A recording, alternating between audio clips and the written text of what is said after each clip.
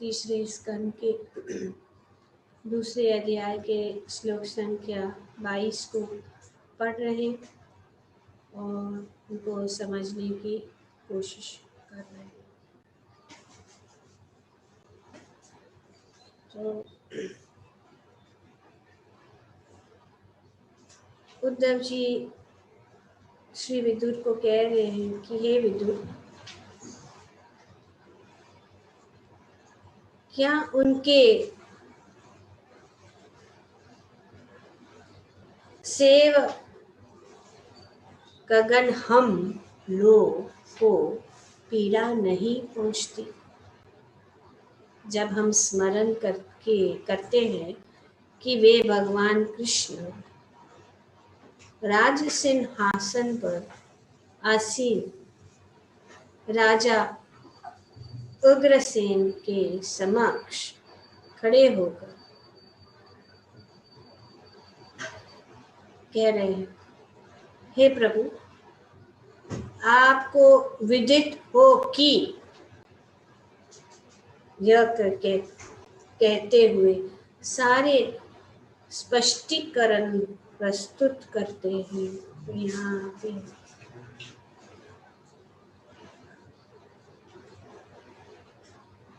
श्री उद्धव जी कह रहे हैं कि ऐसे भगवान यहाँ पे भगवान का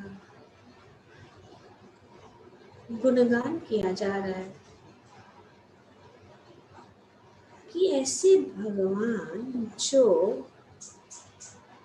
समस्त त्रयों के स्वामी और सृष्टि के समस्त जो लोकपाल जो है करोड़ों मुकुटों द्वारा उनके पांवों को स्पर्श करके उन्हें पूजा की साज सामग्री अर्पित कर रहे हैं। यहाँ पे ये देखकर कितनी पीड़ा हो रही है कि भगवान के जो लीलाएं हैं, भगवान के कार्य जो है कितने आश्चर्यजनक है।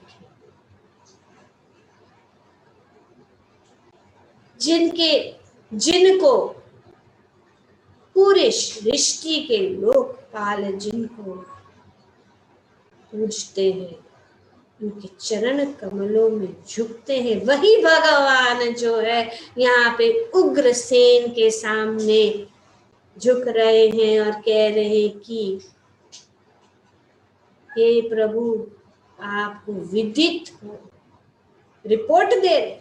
किसको? महाराजा उग्रसेन।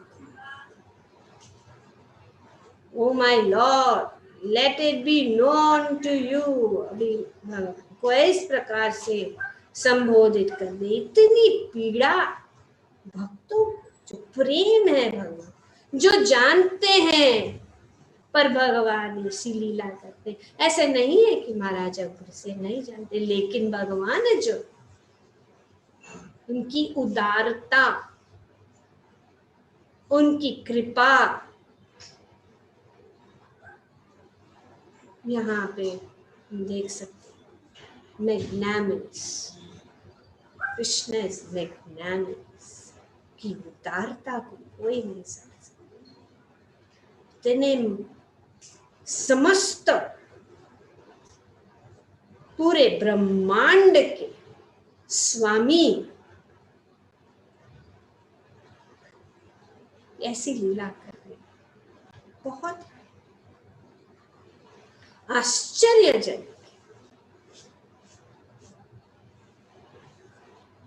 और भक्तों को पीड़ा होती है यहाँ पे। क्या सेवकगण ऐसी पीड़ा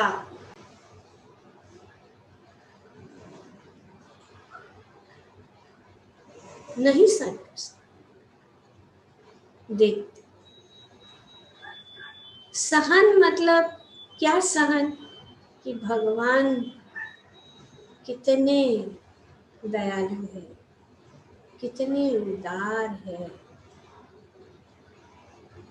वो सोच के भगवान के प्रति भक्तों के हृदय में इतना प्रेम, अगाध प्रेम जागृत होता है। इसीलिए प्रभुपाद हमेशा कहते हैं कि हम जानते हैं कि भगवान महान है, लेकिन ये ठीक है, लेकिन ये काफी नहीं है। हमें जानना है कि भगवान कितने महान है। यहाँ पे उनके कार्यकलापों को उद्धव जैसे महान भक्त के द्वारा यहाँ पे वर्णन किया जा रहा है कि भगवान कितने उदार। उग्रसेन ही नहीं, लेकिन श्री प्रभुपाद जी अनेक उदाहरण देते हैं। अपने तात्पर्य में कहते हैं कि अपने तथाकथित गुरुजनों यथा अपने पिता, बाबा तथा ज्येष्ठ भाई के समक्ष भगवान कृष्ण का भद्र व्यवहार, अपनी तथाकथित पत्नियों, मित्रों तथा समानमयों को के साथ मिलनसार आचरण, अपनी माता यशोदा के समक्ष शिशु रूप में उनका व्यवहार तथा अपनी तरुणी सखियों के प्रति उनका नटखट व्यवहार उद्धव जैसे शुद्ध भक्त को मोहित नहीं कर सकता। ये सब जो भगवान के अनेक जो है लोगों के साथ उनका व्यवहार सामान्य रूप से सामान्य दिखता है, भगवान को नहीं पहचान सकता।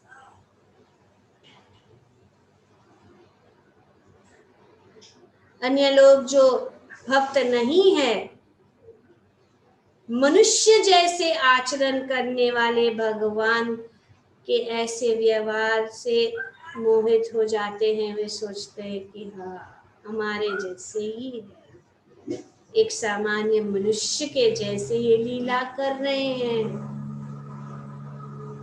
या कार्य कर रहे हैं। तो ये यहाँ पे कि भगवान किस प्रकार से उग्रसेन के सामने हाथ जोड़कर रिपोर्टिंग कर रहे,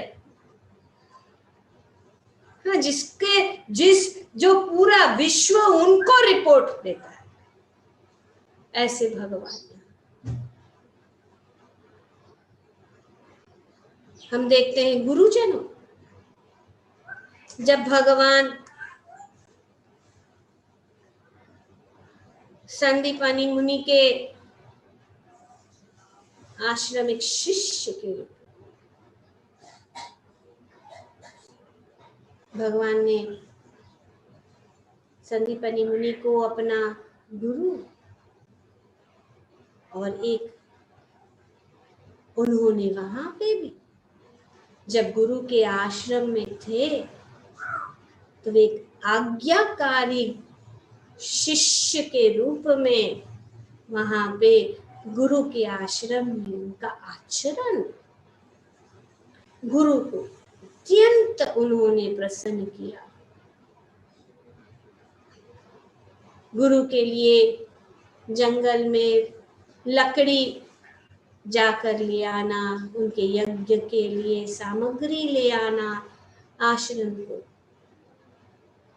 ठीक से तैयार रखना, जमीन पे लेटना, इस प्रकार एक शिष्य के रूप में भगवान सभी चीजों के उदाहरण हैं। भगवान के चरित्र को देखकर हम समझ सकते हैं कि किस प्रकार से हमें आचरण करना, चाहे वो गुरुजन हो, चाहे वो माता पिता हो, चाहे मित्र हो, चाहे सगे संबंधी हो, भगवान का आचरण उत्तम है। संदीपानी मुनि के आश्रम में जब वे रहते थे तो सब शिक्षण जो वेदांत कृत वेदवित भगवान यहाँ पे संदीपानी मुनि से जानते हैं सब, लेकिन एक शिष्य के रूप, जब शिष्य रहते हैं, कितने भी हम ज्ञानी क्यों ना हो, पर गुरु के सामने हमें जो है नम्रता से रहना चाहिए। जिस प्रकार से उदाहरण है भक्ति सिद्धांत सरस्वती गोस्वामी, कहीं पर गुरु के सामने छठ गोस्वामी इतने बड़े विद्वान, वे कहते हैं हम तो कुछ नहीं जानते, आपकी शरणागत है, भगवान कह रहे। तो इस प्रकार से यह आचरण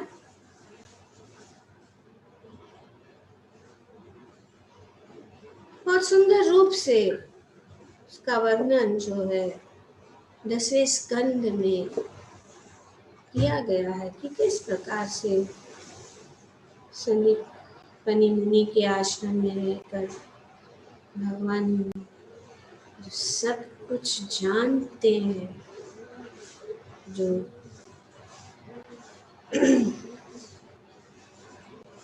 सर्व विद्या प्रवर्तको, सर्व विद्या जानने वाले ऐसे भगवान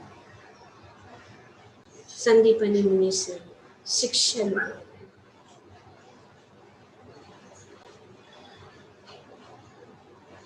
उन्हें सब कुछ उनसे सीखा, और जब उन्होंने सीखा फिर गुरु दक्षिणा का समय ये बहुत जरूरी। जब हम शिक्षा प्राप्त करते हैं, जैसे कि अभी सब लोग ने दीक्षा ली,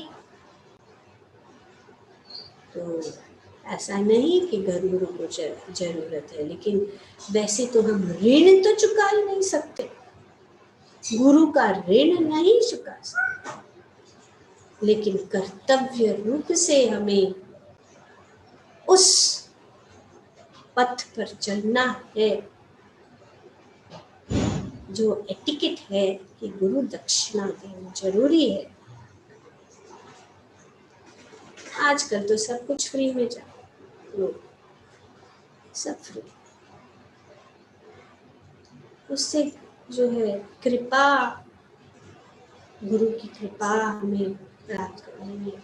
जो ज्ञान हम प्राप्त कर रहे हैं उसके बदले में तो भगवान अपने गुरु के सामने निवेदन कर रहे हैं कि आपने हमें सब कुछ जो ज्ञान दिया है,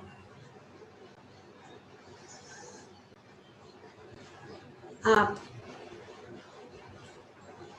हमें बताइए कि आप इसके बदले में हम आपको क्या गुरु दक्षिणा दें।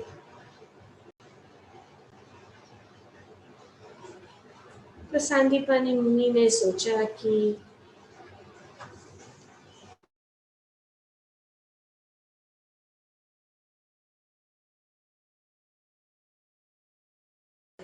अद्भुत है,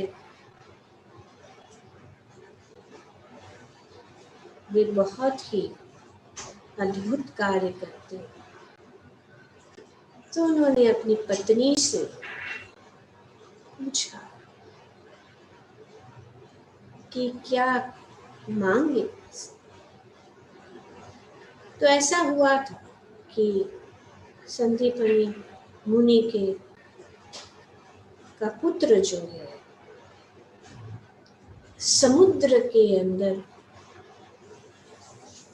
वे जो है उनकी मृत्यु हो गई समुद्र में। पर हालांकि ऐसा नहीं था। तो संदीपनी मुनि ने सोचा कि मैं जो है भगवान से पूछ कि आप मेरा जो पुत्र है आप उनको वापस ला सकते हैं। भगवान के लिए क्या असंभव, आप ले मेरा पुत्र जो है जवान। ये मृत्यु का एक अकाल मृत्यु है।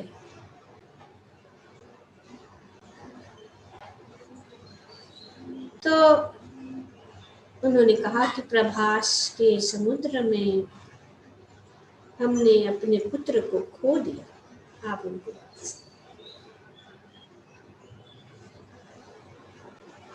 ऐसा हुआ था कि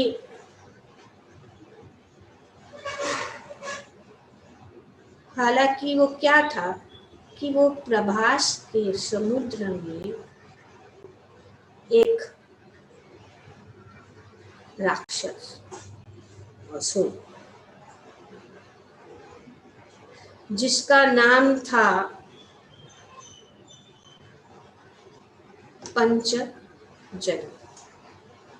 पंचजना नाम का एक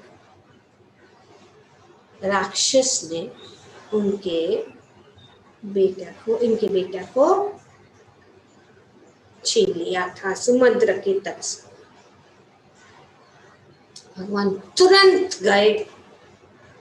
जब गुरु ने उनको इस प्रकार से कहा तो तुरंत गए प्रभास के समुद्र में। और जब वे प्रभास के समुद्र के सामने आ गए तो समुद्र के देवता उनके सामने आए, उनको नमस्कार किया। और भगवान ने उनने आपसे पूछा, उनसे पूछा कि क्या सेवा। तो भगवान ने कहा कि ऐसे ऐसे मेरे गुरु के जो का पुत्र जो है इस समुद्र ने उसको छीन लिया है, वापस दे दो। तो उन्होंने कहा कि मैं क्षमा चाहता हूं लेकिन मैंने उनको नहीं लिया। इस समुद्र में एक पंचजन नाम का एक राक्षस है जो एक शंख के रूप में समुद्र में रह रहा है। तो उसने आपके बेटे उसने ले लिया। तुरंत भगवान समुद्र के अंदर चले और वो पंचजन को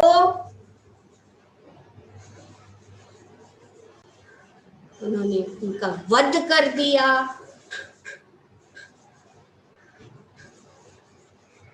और वो शंख को उन्होंने खोला पर उन्होंने देखा कि अंदर उनके उदर में वो गुरु का बेटा नहीं मिला। तो इस प्रकार से भगवान ने शंख को, जैसे हम जानते हैं कि भगवान का वही शंख जो है भगवान जो है इस्तेमाल करते हैं, उसको कहते हैं पंचजन्य ऋषिकेशो, पंचजन्य ऋषि। तो भगवान ने उस शंख लेकर समयामणि जो राजधानी है किसका, यमराज की राजधानी तक पहुंच गए।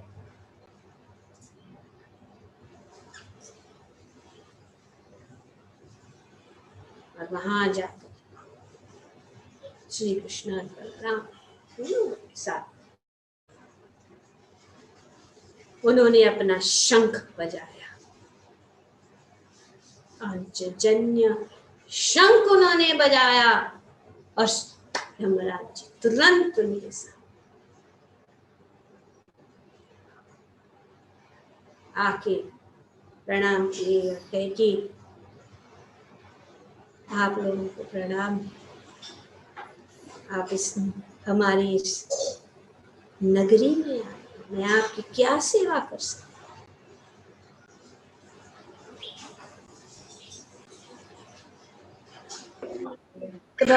कहा कि मेरे गुरु का पुत्र यहाँ पे लाया गया है, उनको वापस दे दो अभी का अभी, कोई विलंब के बिना। यमराज ने कहा तो तथास्तु, गुरु के पुत्र को लेके आए, भगवान सौंप दे और भगवान ने वापस आकर जो है अपने गुरु को सौंप दिया।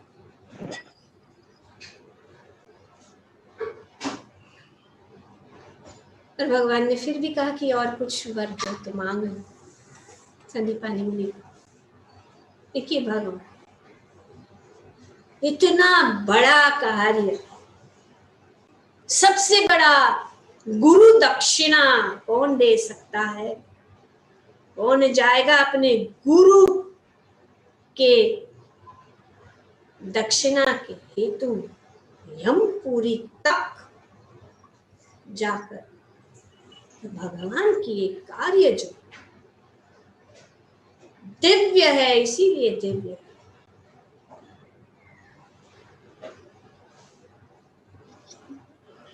संदीपानी मुनि ने उनको कहा कि नहीं, मैं बहुत प्रसन्न, और आपने जो ये ज्ञान प्राप्त किया है, वो ज्ञान जो है हमेशा फ्रेश रहेगा, फ्रेश वरदान। इसलिए भगवान की जो वाणी है, भगवान जो ज्ञान देते फ्रेश, भगवद गीता फ्रेश, हर बार जब हम पढ़ते हैं तो नवीन है। ऐसे भगवान इतने सुंदर कार्य कर रहे, अपनी पत्नियों के सामने बेस्ट हैंडपेक्ड हस्बैंड कहते हैं, ऐसा कोई हस्बैंड नहीं रहेगा कि इंद्र से उन्होंने दुश्मनी मोल ली। अपनी पत्नी का इच्छा पूर्ण करने के लिए गए इंद्र। बहुत सारी कथाएं सुंदर है। सत्यभामा को पारिजात नहीं, पारिजात, और भगवान जाके उठा लिया। भगवान ने, इंद्र ने कहा अरे ये तो मेरा है। युद्ध किया। देखिए कैसे भी देवता भी, सब कुछ भगवान है का है, लेकिन जब भगवान का हक है कि वे उठा ले, किसी की पूछने की जरूरत नहीं, अपनी पत्नी को प्रसन्न करने के लिए। भगवान ने कहा तो फूल चाहिए, मैं तो पूरा पेड़ लेके आऊंगा तेरे लिए, क्यों? अगर मैंने एक पुष्प मिला रुक्मिणी को तो उसमें कौन सी बड़ी बात, मैं तेरे लिए पूरा पेड़ लेके आता हूं, दुखी मत हो। तो इस प्रकार से भगवान अनोखी लीलाएं कर रहे हैं। कौन सा एक मूड है, मूड लोग जो भगवान को नहीं समझते, माता यशोदा के साथ भगवान एक छोटे से बालक के रूप में लीला कर रहे हैं, रो रहे हैं, डरे हुए हैं माता यशोदा की बात। कुंती महारानी कहती है कि भीर पियत विवेती, जिससे भय स्वयं डरता है, ऐसे भगवान जो माता यशोदा की छड़ी से भयभीत होकर रो रहे हैं कि नहीं नहीं नहीं माता, मुझे मत मारो, मुझे। इस प्रकार से लीलाएं कर यशोदा में भय से। तो इसीलिए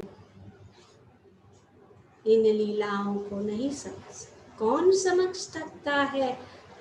भक्त ही। इसीलिए अवजानन्ति मां मूढ़ा, नहीं जान सकते।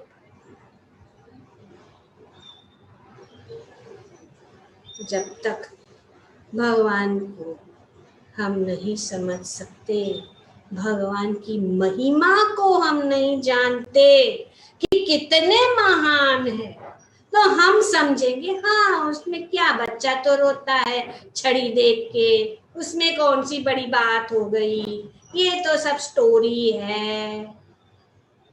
ये मूढ़ व्यक्ति, वे अज्ञानी है, वे नहीं जानते हैं कि भगवान क्यों ऐसी लीलाएं कर रहे। भगवान अपने भक्तों को आनंद प्रदान कर।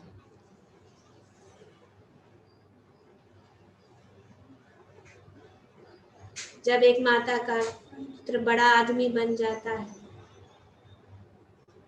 और वो माता के प्रति प्रेम है, तो माता को आलिंगन करता है, माता को प्यार करता है।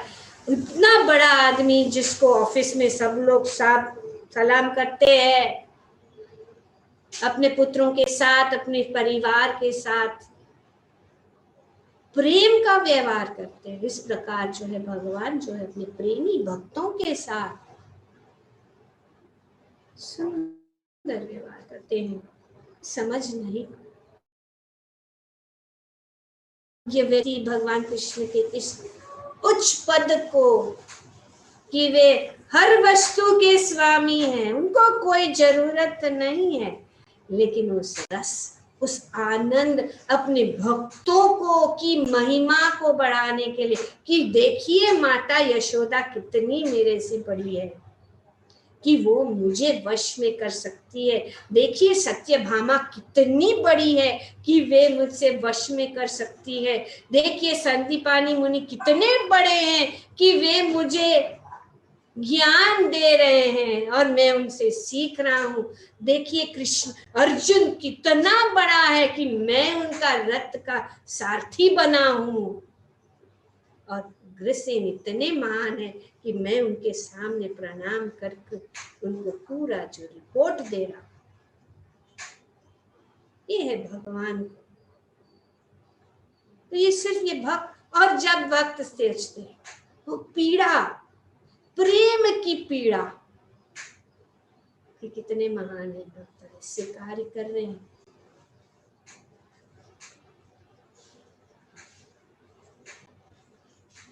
तो अल्पज्ञ व्यक्ति भगवान कृष्ण के इस उच्च पद को कि वे हर वस्तु के स्वामी न जानते हुए भगवान को कम महत्व का बताते हैं, कम महत्व। भगवद गीता में भगवान ने अपने पद की स्पष्टतया व्याख्या की है। भगवद गीता नहीं पढ़ना चाहते, और अगर भगवद गीता जो लोग जानते हैं वो भी प्रस्तुति ऐसे करेंगे कि जैसे कि भगवान कोई सामान्य व्यक्ति। हर दूसरे पन्ने में व्यासदेव लिखते हैं श्री भगवान वाचा श्री भगवान वाच, फिर भी वे सोचते सामान्य है,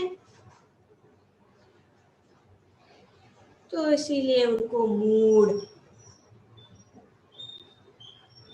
न जानन्ति मां मूढ़ा मनुष्य तनु आश्रित परम भगवान अजानन्त, वे जानते नहीं है कि परम भगवान मम भूत महेश्वरम,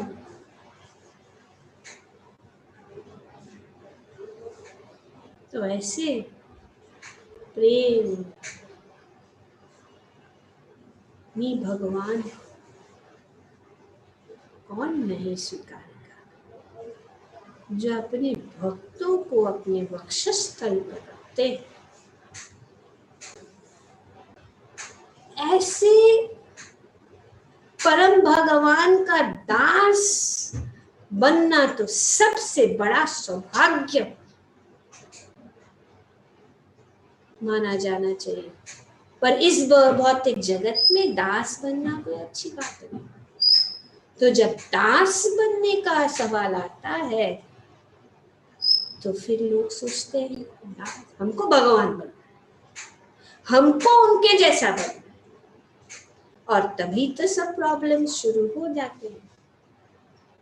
हम इस भौतिक जगत में संघर्ष इसीलिए कर रहे हैं क्योंकि हम जो है, जैसे हम गुरु हमेशा जो करते हैं कि हम जो है दासानु दासानु दास नहीं बन के बॉसानु बॉसानु बॉस बन जाए, और जब बॉसानु बॉसानु बॉस बनने की कोशिश करेंगे तो फिर हम कष्ट ही भोगेंगे बहुत। इसलिए हमारी स्थिति को हमें समझना, हमारे स्वरूप को समझना है। जो हम हमारे स्वरूप के विपरीत अगर हम कार्य करेंगे तो हम कष्ट भोगेंगे। और जीवेर स्वरूप है कृष्णेर नित्य दास, और जब हम इस स्वरूप को समझ लेंगे तब हम सभी क्लेशों से मुक्त हो सकते हैं। ग्रंथराज श्रीमद् भागवतम की जय। ओम तत्सत। Thank you very much.